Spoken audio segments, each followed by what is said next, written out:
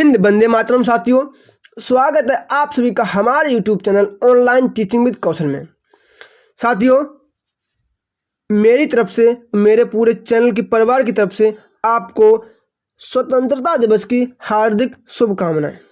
और साथियों, अगर आप यूपी पुलिस की तैयारी कर रहे हैं तो ये वीडियो आपके लिए बहुत ही इम्पोर्टेंट है, क्योंकि आपको पता है आपको हमारे चैनल पर डेली प्रीवियस ईयर क्वेश्चन देखने को मिलते हैं जो हर बार किसी न किसी परीक्षा में पूछे गए होते हैं।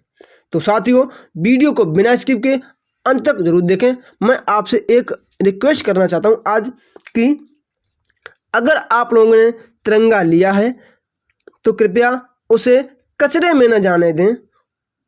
तिरंगे को कचरे में न फेंकें, उसे कहीं सुरक्षित जगह पर लगा दें। अगर आपको कहीं तिरंगा रास्ते में मिल गया, किसी बच्चे ने डाल दिया या किसी और ने डाल दिया, तो कृपया उस तिरंगे को उठाकर एक सही स्थान पर रखें।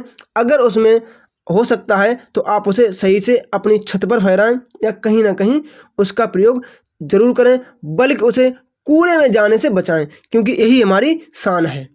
तो चलिए साथियों, आज का ये वीडियो अभी स्टार्ट करते हैं। इसमें हमारा पहला प्रश्न क्या होगा? हमारा प्रश्न नंबर 1 क्या हो जाएगा? पायराहीलियोमीटर। पायराहीलियोमीटर एक उपकरण है जिसका प्रयोग सोलर रेडिएशन को मापने के लिए किया जाता है। ये एक कैसा उपकरण है? तो इसका प्रयोग हम करते हैं किसमें? सोलर रेडिएशन को मापने के लिए। ठीक है, अगला क्या है? प्रश्न नंबर 2 हमारा क्या हो जाएगा? भारत में अधिकांश प्राकृतिक गैस का उत्पादन निम्न में से कहाँ किया जाता है? भारत में अधिकांश प्राकृतिक गैस हैं, इनका उत्पादन कहाँ किया जाता है? तो कहाँ? बॉम्बे हाई से। ऑप्शन में हो जाएगा सी, बॉम्बे हाई से किया जाता है। अगला क्या साथियों? प्रश्न नंबर हमारा 3 क्या हो जाएगा? निम्न में से कौन सा क्षेत्र ज्वारीय ऊर्जा उत्पादन का प्रमुख क्षेत्र है? ज्वारीय ऊर्जा उत्पादन का प्रमुख क्षेत्र कौन सा है? तो कौन है? खंबात की खाड़ी हो जाएगा। ऑप्शन नंबर सी, खंबात की खाड़ी। अगला क्या साथियों? प्रश्न नंबर 4 हमारा क्या हो जाएगा? निम्न में किस स्थान पर एक नाभिकीय ऊर्जा संयोजना है? इनमें से ऐसा कौन सा स्थान है जहां पर नाभिकीय ऊर्जा संयोजना है? तो कौन सा साथियों? नरौरा, यूपी के नरौरा में है। अगला क्या साथियों? प्रश्न नंबर हमारा 5 क्या हो जाएगा? निम्नलिखित एनटीपीसी संयंत्रों में कौन गैस पर आधारित नहीं है? कौन सा गैस पर आधारित नहीं है? नेशनल थर्मल कॉर्पोरेशन जो था, इनमें से कौन सा गैस पर आधारित नहीं है? तो कौन सा? एक टांडा है क्या? एक टांडा जगह है, यहाँ पर एक एनटीपीसी का केंद्र है, ये गैस पर आधारित नहीं है। अगला क्या साथियों? प्रश्न नंबर हमारा 6 क्या हो जाएगा? प्रश्न नंबर हमारा 6 क्या हो जाएगा? ओबरा ताप विद्युत केंद्र की स्थापना किस देश के सहयोग से की गई? जो ओबरा ताप विद्युत केंद्र है, इसकी स्थापना किस देश के सहयोग से की गई? तो बताइए किसके सहयोग से की गई? रूस के। कौन? रूस के साथ हमारी हमेशा अच्छी दोस्ती रही है। अगला क्या साथियों? प्रश्न नंबर 7 हमारा क्या हो जाएगा? उत्तर प्रदेश में परमाणु ऊर्जा केंद्र स्थापित है। यूपी में परमाणु ऊर्जा केंद्र कहाँ है? तो कहाँ? ये नरौरा में है। सभी को पता, कहाँ? नरौरा में है। अगला क्या साथियों? प्रश्न नंबर 8 नरौरा आणविक संयंत्र अवस्थित है। नरौरा आणविक संयंत्र कहाँ अवस्थित है? बताइए। तो ये कहाँ है?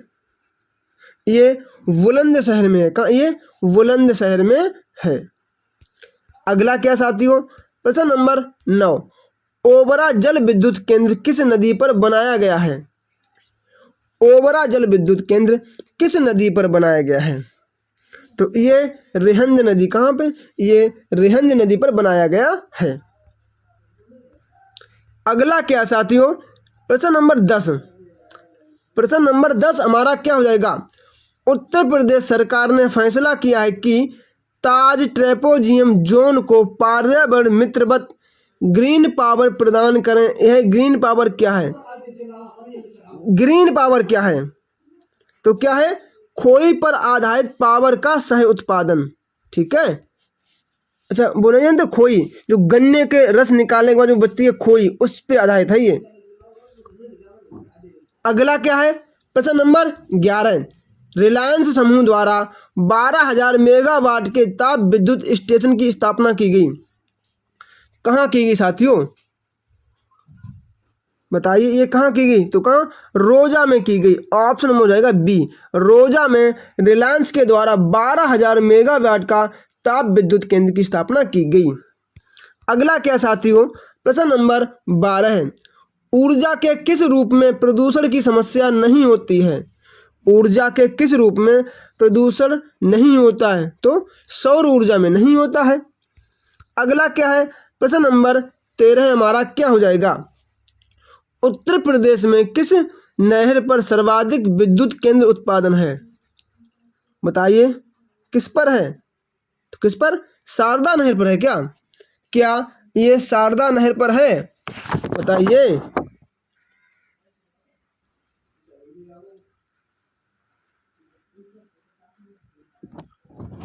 चलिए अगला क्या है हमारा, प्रश्न नंबर 14 हमारा क्या हो जाएगा, माता टीला बहुउद्देशीय परियोजना किस नदी पर है।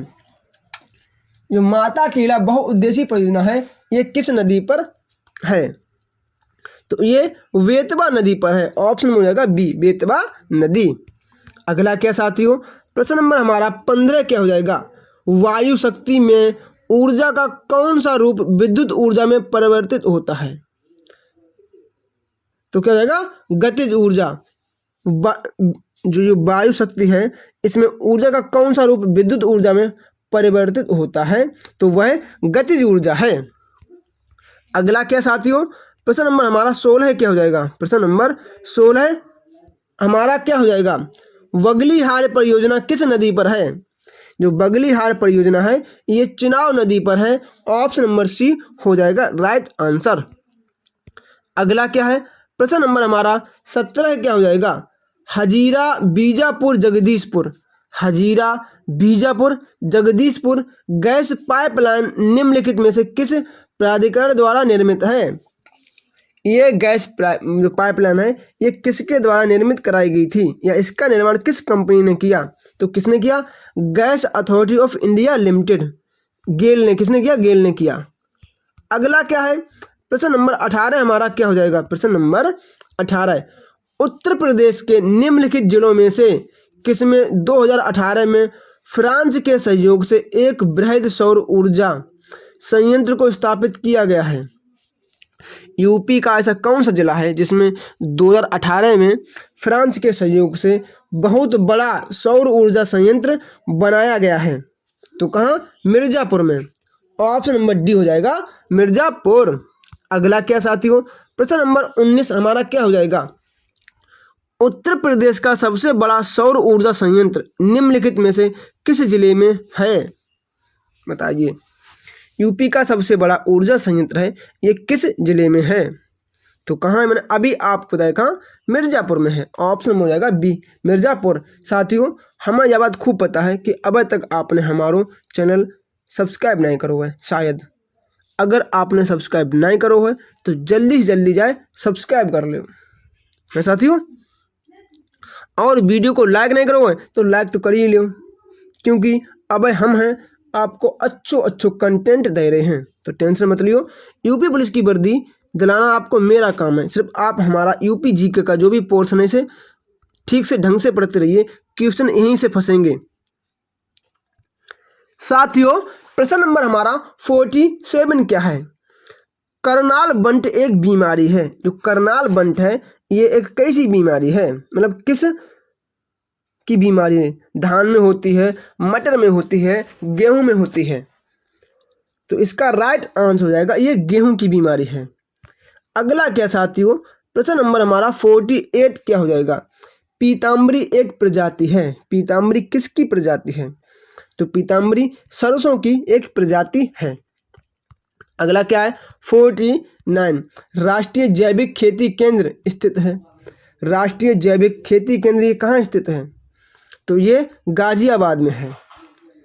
अगला क्या साथियों, प्रश्न नंबर 50 हमारा क्या हो जाएगा, प्रश्न नंबर 50, कंचन एक उन्नत किस्म है। कंचन किसकी एक उन्नत किस्म है? तो किसकी? आंवले की है। साथियों आज समय थोड़ा कम है क्योंकि आज है क्या है? आज के दिन हम 15 अगस्त 1947 को आज़ाद हुए थे, तो आज है स्वतंत्रता दिवस, इसलिए मेरे पास थोड़ा टाइम कम है और मैं आज आपको जल्दी जल्दी सारे प्रश्न कराने की कोशिश कर रहा हूँ। क्या है? 51, पपीते में पीले रंग का कारण क्या है? पपीता होता है ये पीला होता है किसके? कैरकाजेंथिन के कारण। ठीक है, अगला क्या है? प्रश्न नंबर 52, निम्नलिखित में से कौन सा विटामिन ए का प्रचुर स्रोत है? विटामिन ए किससे प्राप्त होती है? तो किससे? आम से है, इसमें आम से होती है। अगला क्या है? प्रश्न नंबर 53, भारतीय सब्जी शोध संस्थान कहाँ है? तो भारतीय सब्जी शोध संस्थान ये वाराणसी में है। अगला क्या साथियों? प्रश्न नंबर हमारा हो जाएगा 54, निम्नलिखित में से कौन एक सुमेलित नहीं है?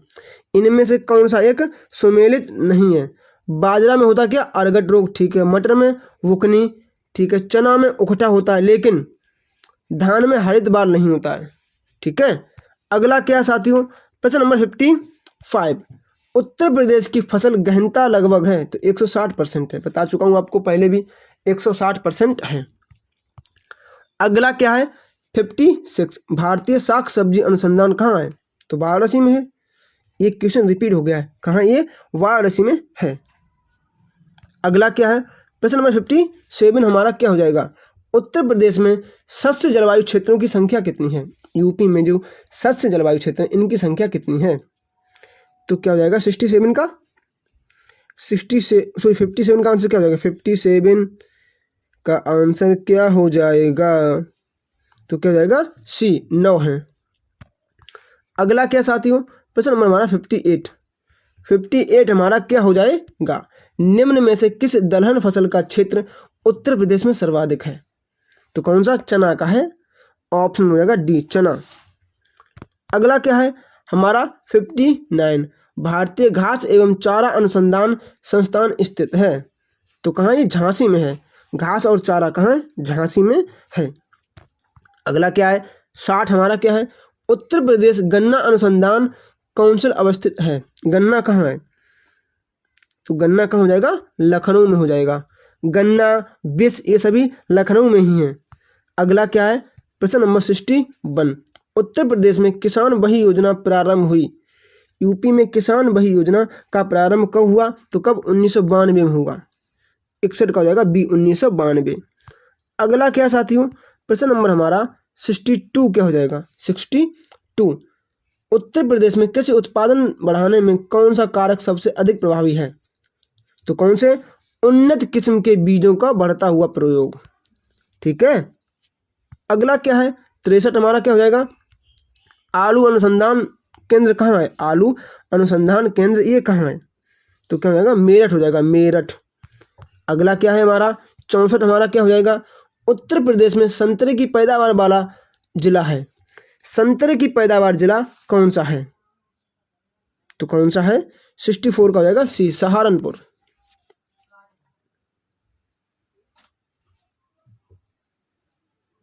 क्या हो जाएगा? सहारनपुर हो जाएगा हमारा राइट आंसर। अगला क्या है? प्रश्न नंबर 65, पंडित दीनदयाल उपाध्याय पशु चिकित्सा विश्वविद्यालय स्थित है? पंडित दीनदयाल उपाध्याय पशु चिकित्सा विश्वविद्यालय कहाँ स्थित है? विश्वविद्यालय ये कहाँ है? तो ये कहाँ है? मथुरा में है। साथियों ये रहा हमारा आज का अंतिम प्रश्न, जिसका उत्तर आप सभी लोग मुझे मेरे कमेंट बॉक्स में कमेंट करके जरूर बताएंगे। आप ये बताएंगे कि आपको आज की ये क्लास कैसी लगी। साथियों अगर आपने अभी तक मेरे चैनल को सब्सक्राइब नहीं किया है तो मेरे चैनल को जरूर सब्सक्राइब करें, ताकि आने वाला अगला वीडियो सबसे पहले आपके पास पहुंच सके। तो चलिए साथियों मिलते हैं अपनी अगली क्लास में, तब तक के लिए जय श्री राम, राधे राधे।